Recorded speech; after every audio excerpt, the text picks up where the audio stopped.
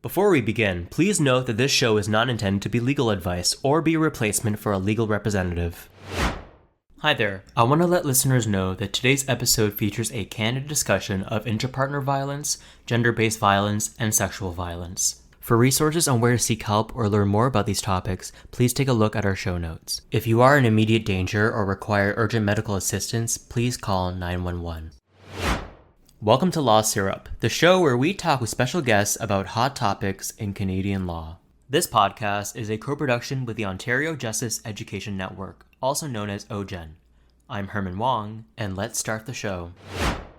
Hi everyone, and welcome to another episode of Law Syrup. Today we're doing things a little bit differently because I am joined by a co-host. Her name is Amelia Berot-Burns, and she is a project coordinator at OJEN. She also brought the idea of doing an episode on gender-based and interpartner violence.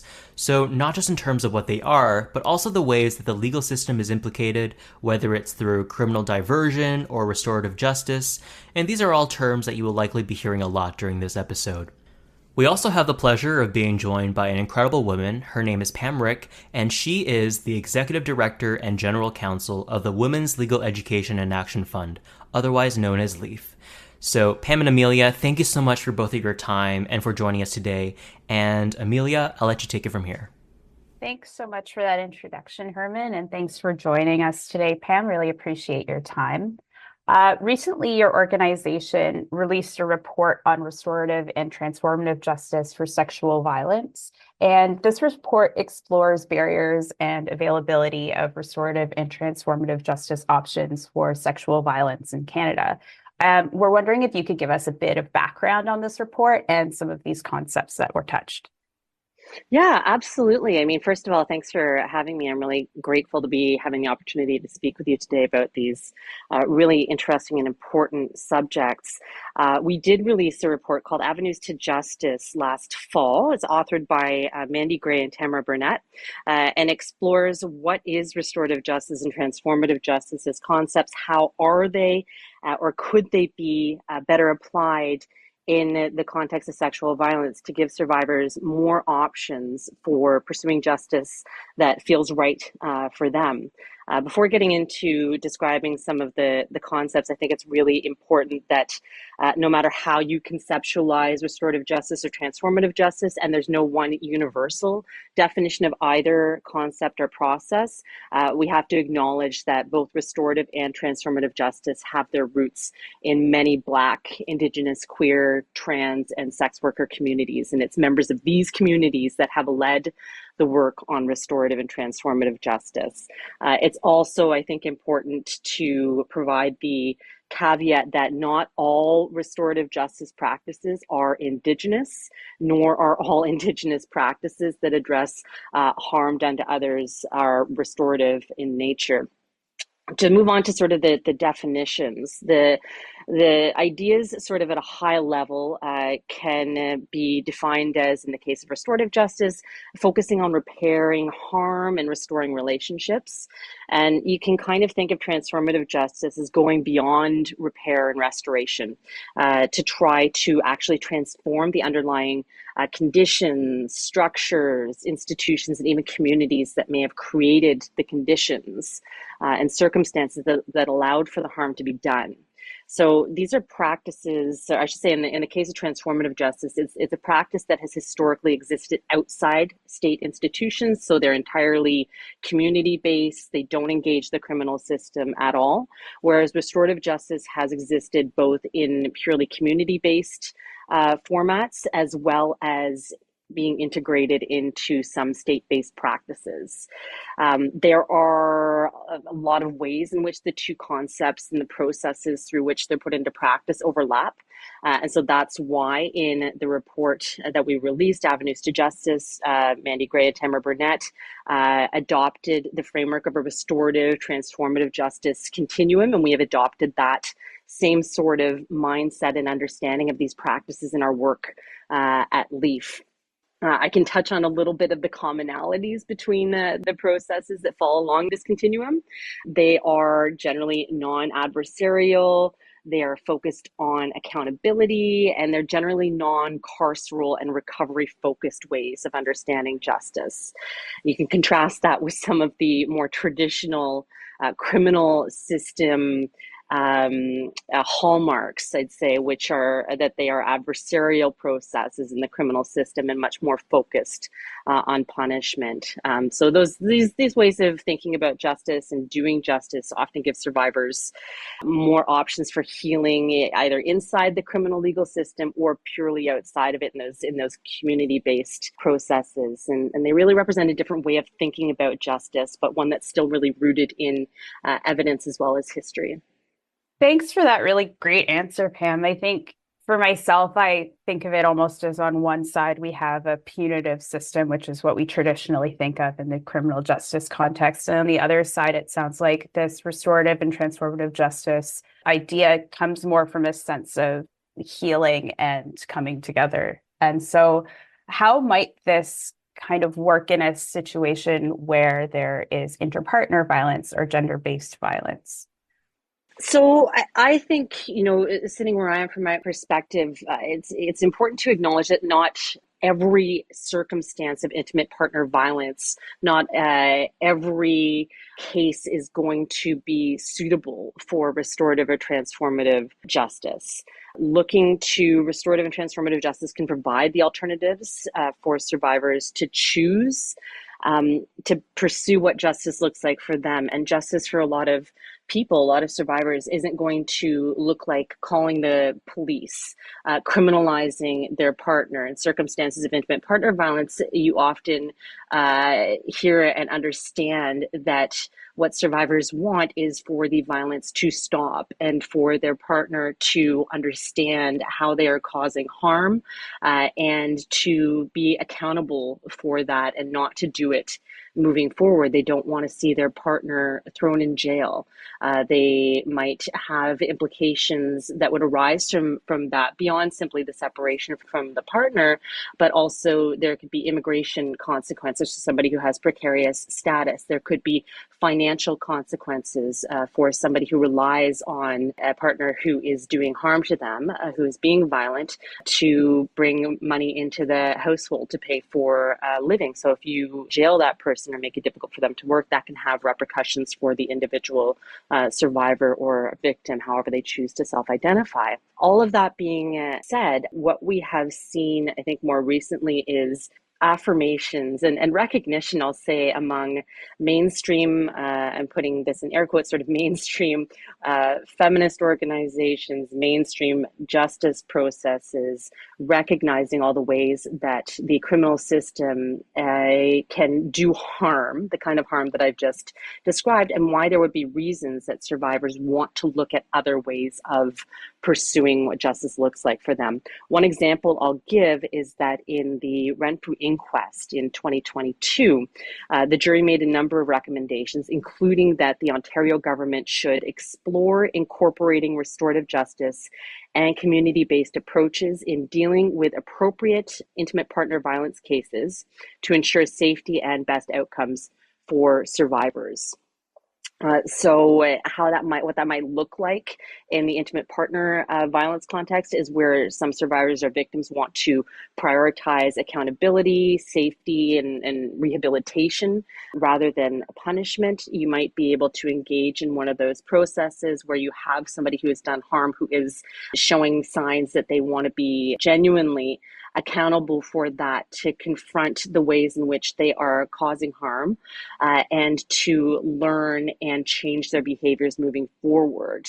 It could lead more likely to an apology or an acknowledgement of wrongdoing, of using counseling and other support systems for the perpetrator to understand what they have done and to approach that person and those circumstances in a way that allows and acknowledges that perhaps that person may well be an example of breaking down the victim-perpetrator dichotomy. I think when we look at the criminal system in particular, there's not a lot of room to acknowledge that some people are both causing harm and have been harmed themselves. So with a restorative justice or transformative justice approach, there's more room to acknowledge sort of the history that that person who has done harm is carrying forward with them, and to try to help them address it and work forward through it to try to achieve the objectives that the survivor has indicated are paramount for them. So going back to perhaps safety and accountability and prevention of further harm. So having those options out there, not diverting everything to restorative or transformative processes. Again, I don't think it's going to be appropriate for all cases, but giving those options to survivors in the context of intimate partner violence can be a way to better address the harm and get the outcomes that survivors want to prioritize. Yeah, I really appreciate that you've highlighted the gray areas of kind of human nature. Like no case is going to have someone who's all bad and someone who's all good. There's no perfect victim. And I think that that narrative is really pushed in our current criminal justice system. Absolutely. Yeah. And I think for our listeners who maybe are less familiar with our current processes, could you let our listeners know what a survivor might do if they were to go through the criminal justice process, or what they might be forced to do? Because it sounds like what you're saying is that this restorative and transformative justice program allows for a little bit more control in the survivor's hands. So is that control taken away from a survivor if they go to the criminal justice process? In many ways, yes. So if I sort of try to paint the picture and go step by step through the incident of harm, the violence, taking you all the way through to the potential resolution of the case, you have somebody who has been harmed, you have a victim who would have to call the police to engage the state and the criminal system in addressing the violence that they are experiencing. They would have to provide a detailed statement to the police of the abuse that they've experienced. They might have, and not even might, there are many cases where you may have the police be skeptical or misunderstanding of the violence that's been described, maybe questioning its seriousness or whether it happened at all. You would have a situation where the police would have to lay charges against the person who has caused the harm, the perpetrator. Ontario has what's called a mandatory charging policy, which means that police have to lay charges in IPV cases, in intimate partner violence cases, if there are reasonable grounds to believe that violence has occurred. And sometimes what this has resulted in is both the victim and the perpetrator being charged. So that is an issue right off the bat. And just by way of brief historical background, what happened before this policy was put in place is you'd often have police show up and say, well, he's saying he didn't do it. She's saying that he did. We don't really know what happened here. We're not going to charge anyone. And, domestic violence is a private issue. And I think a lot of feminists thought that having a mandatory charging policy would help this be taken more seriously. However, a lot of feminist organizations, and I think the same feminist legal advocates that in very good faith advocated for that many years ago, have recognized that it didn't turn out the way that they thought it would. And it has led to situations where people are discouraged from calling the police because they are perhaps aware of the mandatory charging policy and don't want to engage the criminal system, or that they are actually being charged once they call the police seeking police help. So appreciate the brief indulgence to provide that history for folks who are not perhaps familiar with this. So we're back to the process somebody who has experienced abuse might follow. Police lay a charge, say you get to that point, and at that point, the victim or survivor is a witness in the case, and the case is driven forward by the Crown. In criminal cases, there are two parties. One is the state, the other is the accused person, and again, the victim or survivor is a witness. The prosecutor in Ontario will be driven forward by what's called a Crown Policy Directive. So there are guidelines, steps, and constraints that are put on Crown prosecution discretion in a centralized way in Ontario. So you'll have the ministry issue guidelines, and they have issued guidelines on how you prosecute intimate partner violence cases. The perpetrator, the person who's charged, will probably be released on bail, and there may be conditions attached, for example, prohibiting communicating with the victim. The victim or survivor, they'll have to meet with the Crown and share their experience again. So the first time they've had to report it to the police, they'll have to tell that story and that experience again to the Crown. And they'll also receive an Ontario support as a victim witness from something called the Victim Witness Assistance Program. From there are a couple of ways that a case might be resolved. It could be resolved before a trial, for example, with the person who is accused completing domestic violence education or counseling. If there's a guilty plea and there are other certain factors that are present, there are also very limited circumstances where you can resolve a case in that way. Again, according to how the Crown dictates these things are prosecuted. But if the case isn't resolved before trial, it could move forward to a circumstance where a victim has to testify, be cross-examined by defense counsel, have to share their experience again in open court, have the experience be questioned, be called a liar, perhaps have it minimized. And you can understand all the ways that could be very re-traumatizing for somebody. And then at the end of the day, there might be a finding of guilt, and there's only a finding of guilt if there's proof beyond a reasonable doubt that the violence occurred as alleged. And then from there would be an opportunity to provide what's called a victim impact statement, perhaps to seek restitution, like compensation for counseling, and then a sentence would follow from that. So you can even see in the length of time that I have taken to describe it, it can be a very intensive process. It's a process in which a heck of a lot is demanded of victims and survivors to get from initiating a complaint to resolving the complaint. And there are so many ways in that process that a victim or survivor can be caused additional harm. Yeah, it's such a inherently vulnerable place to disclose something like that that's happened and then have it be that rigid and formalized. I can only imagine that it is not something that's easy to go through. So I think you've highlighted pretty clearly what the issues are with that current structure just by describing it.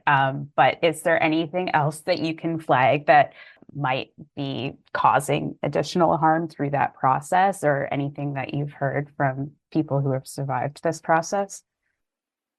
Yeah, I mean, some of the real highlights would be there are, barriers to reporting, and not to repeat myself, but people may understand the repercussions of actually engaging the criminal system and the skepticism that they might be facing once they do. There's a general lack of belief, especially among more communities, some communities more than others, and specifically the communities that have historically been surveilled or otherwise disproportionately impacted by police conduct. So you think of Black, Indigenous, and other racialized communities, sex worker communities that would be hesitant to engage the system in the first place because they have just seen the overall harm that it has done to members of their communities. You can see the way that control is sort of lost by the victim or survivor. And a specific example of that is the directive and how these cases are prosecuted. The Crown can't withdraw charges solely based on the victim or survivor's request. And even in the way that the directive is worded, it's just one factor among others that a prosecutor has to consider when deciding whether or not to continue prosecuting someone who's been charged with a crime involving intimate partner violence.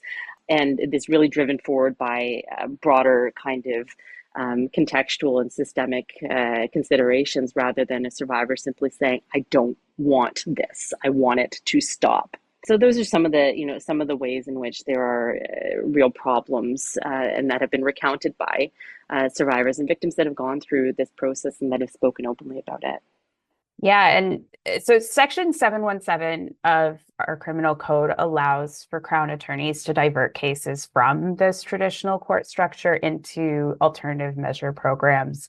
Is this coming from that place of understanding that this traditional structure has not been helpful maybe to survivors? Why is this process significant in the context of interpartner violence in particular? Because I know 717 kind of can go to other things as well. Yeah.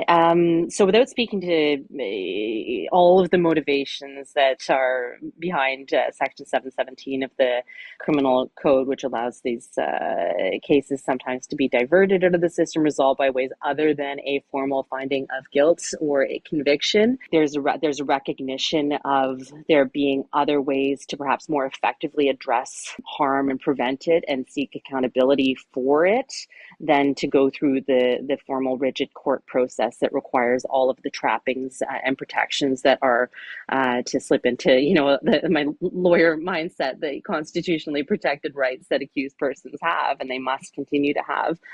Section 717 recognizes there are perhaps other more effective ways to address harm that's been done than to pursue a prosecution to conclusion. I think perhaps another, at least tangential motivating factor for it is recognizing that the criminal system cannot bear the weight of simply prosecuting everything that has been charged over the course or over the sort of breadth of the many criminal offenses that exist. The system would collapse under its own weight. And in fact, we are seeing in Ontario, at least, the system collapsing under its own weight already. So 717 at least allows for cases to be thoughtfully and in a structured way dealt with in incorporating other ways to address the harm than simply that full-fledged prosecution. So there are certain specific circumstances that 717 sets out that must be, or conditions that must be met before you can do what's sometimes referred to as diversion, but these alternative measures, they can't be used if someone denies involvement in the offense or says that they want the charge to be dealt with by the court, and they have to be generally willing to assume responsibility for their actions and prepared to make what you call meaningful amends. I think it might be helpful to provide a few examples, perhaps, of what alternative measures might look like. So there are formal programs in Ontario. Two of them I'll highlight. One is called the Direct Accountability Program, and that can include community service, attending programming, or restitution. There's also something called the Indigenous Community Justice Program, and that is culturally based and provides support both for pre and post-charge diversion that includes meaningful alternatives to the criminal process. And it also includes Indigenous specific practices of healing circles and developing a healing plan. Those are examples of formal programs that constitute alternative measures. But in some circumstances, you could have simply community service outside that formal program, charitable donations, anger management counseling, additional addiction or mental health counseling.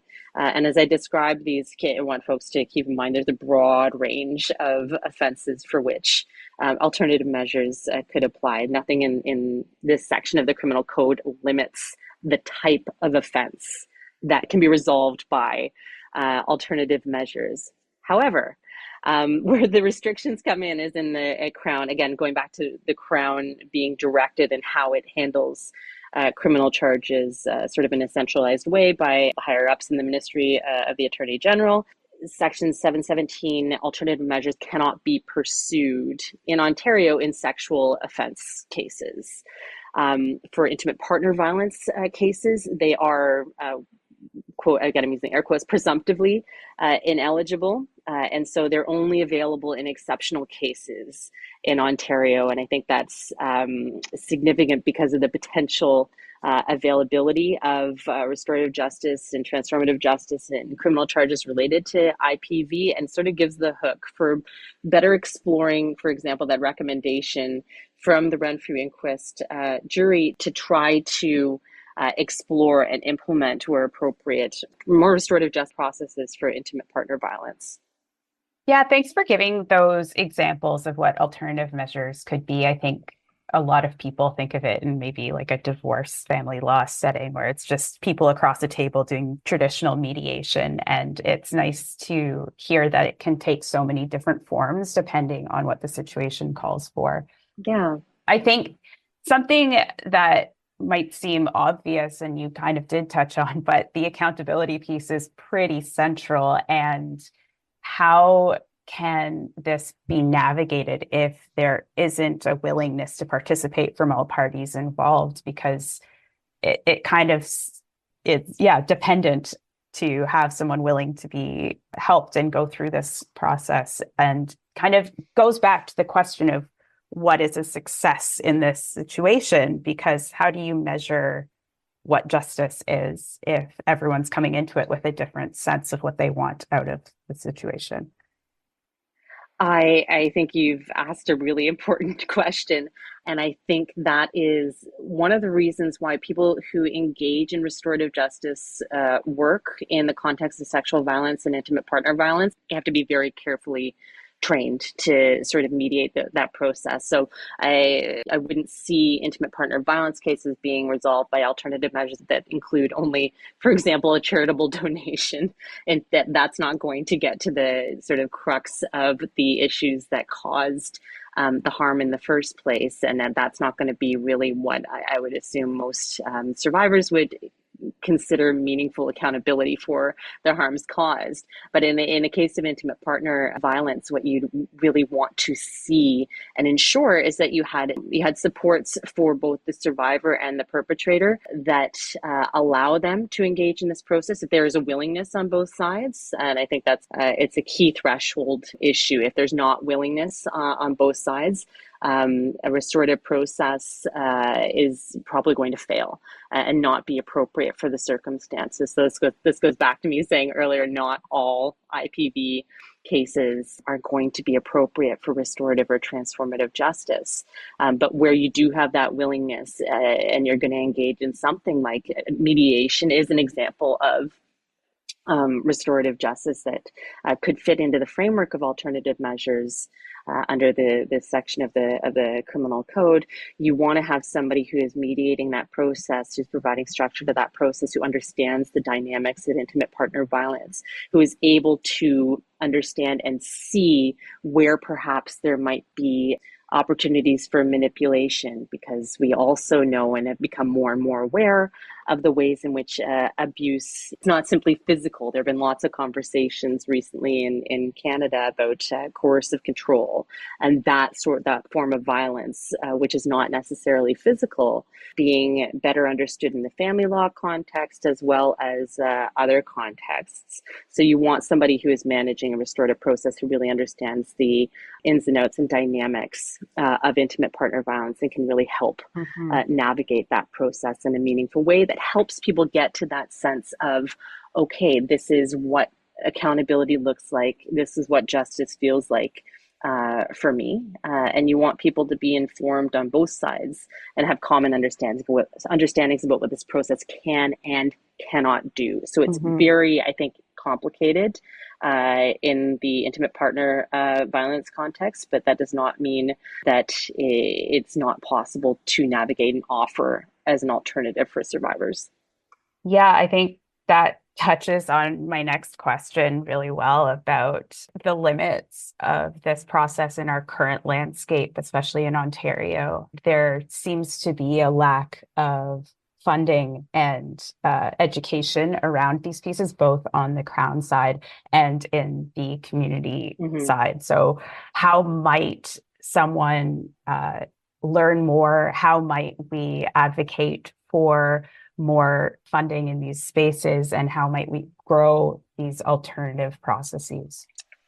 I think there's a really important piece of collaboration and common advocacy that needs to be done among legal organizations like LEAF, among frontline service providers to survivors of intimate partner violence and sexual violence more broadly, and as well as amongst other community members, to try to really elevate the existence of these forms of justice, to try to tackle common misperceptions. One of the big misconceptions, I should say, is that this is just a lenient form of resolving and addressing harm that's been done, of addressing violence against women, gender-based violence, and intimate partner violence, generally speaking. It's not just a slap on the wrist. And I think there's an education piece that needs to be brought forward and really built upon to address that misconception among the broader public and among justice stakeholders to, I'll say specifically in this case, among folks who might occupy upper tier offices within the Ministry of the Attorney General, the Attorney General himself. It doesn't do us a lot of justice, pun intended, to think of the only way to seriously address gender-based violence and intimate partner violence as being throwing the criminal system at the problem. It's not. And so I think we have a lot of education collaboration to do in this sector to try to sort of change the narrative about restorative and transformative justice. Alongside that, there's the advocacy piece about funding these programs, whether they are fully community-based, and we should fund those programs, or whether they're programs that are also integrated into the criminal system in some of the ways I've talked about already. So one of the biggest challenges, and this came forth in our Avenues to Justice report as well, is that there aren't enough providers and overseers of restorative justice and transformative justice processes to address the demand for it, to make it a viable option for a lot of people who are looking for ways to address the violence that they have experienced that might not involve the carceral system. And there really aren't enough of these community-based programs that are and that are allowing people to train up in these areas in the way that I sort of described. The expertise need to be developed to deal with sexual violence and intimate partner violence through restorative and transformative processes already. So LEAF is involved in some of this advocacy. I know we have, there are a lot of partner organizations that have been as well. And I think it's a really wonderful opportunity to be able to highlight how so many of these practices, but not all of them, are rooted in Indigenous communities. And while we are advocating for looking at restorative and transformative justice more broadly and making it more available, this also really provides an interesting and important opportunity to revitalize Indigenous legal orders and Indigenous practices that have been sort of snuffed out by the colonial criminal legal system as well. So I think there's a lot of work to be done, but a lot of exciting opportunity in this moment to really change discourse on restorative and transformative justice for these forms of violence and to make some meaningful inroads to make it more available to survivors as well. Yeah, thanks for that additional comment. And I think it's important to decolonize how we conceptualize justice. And it's so important to remember that in situations like this, where there's more than one party, punishing one person doesn't help another person heal. And so to me, restorative justice kind of is the only option, even if it's in conjunction with the criminal justice system. Like the survivor needs to be a consideration. And so this is a very hopeful thing for me, that it is increasingly in our society that we're able to talk about these things. And whether or not we're in a place where it's successful every time, at least it seems to me like we're maybe moving in that direction as it enters the mainstream. Before we end today, is there anything else that you want to discuss on this topic that we haven't been able to touch on yet?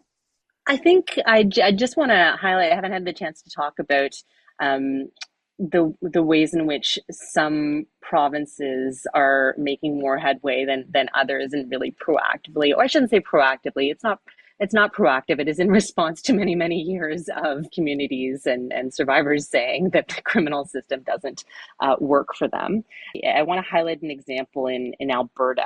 Alberta, their courts have recently launched a pilot project for restorative justice in criminal matters that specifically considers referrals for gender-based violence and sexual violence. So I would commend to folks who want to learn more about this, taking a look at the plan and some of the supporting documents and referral guides that have been produced for the Alberta Restorative Justice Committee pilot project in that province. And it feels to me like having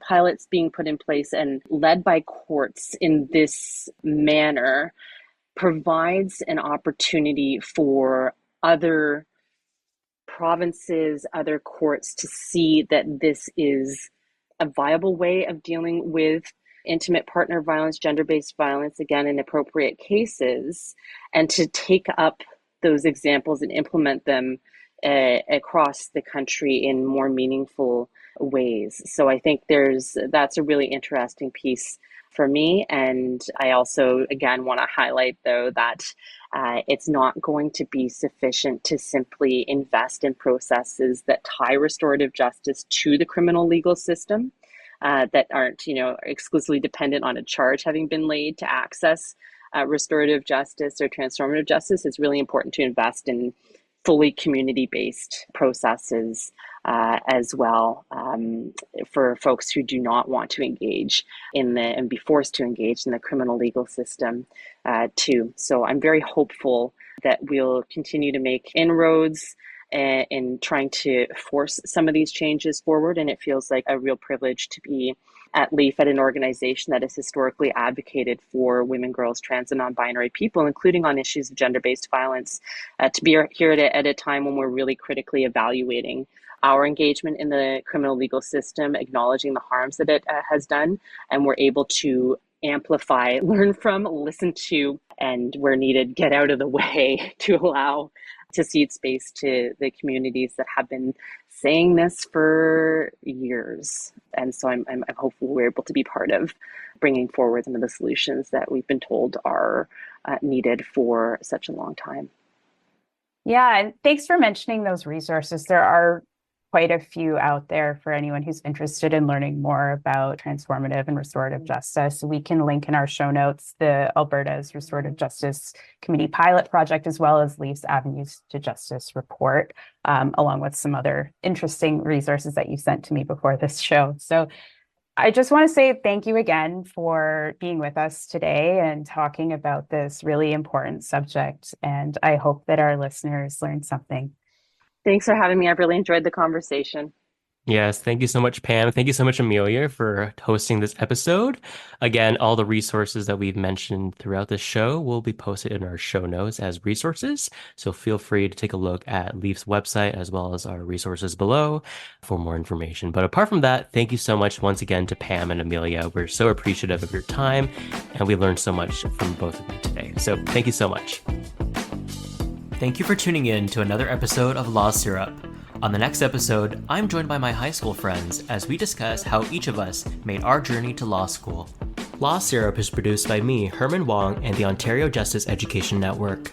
For more information, check out OJEN.ca and our show notes. See you next time.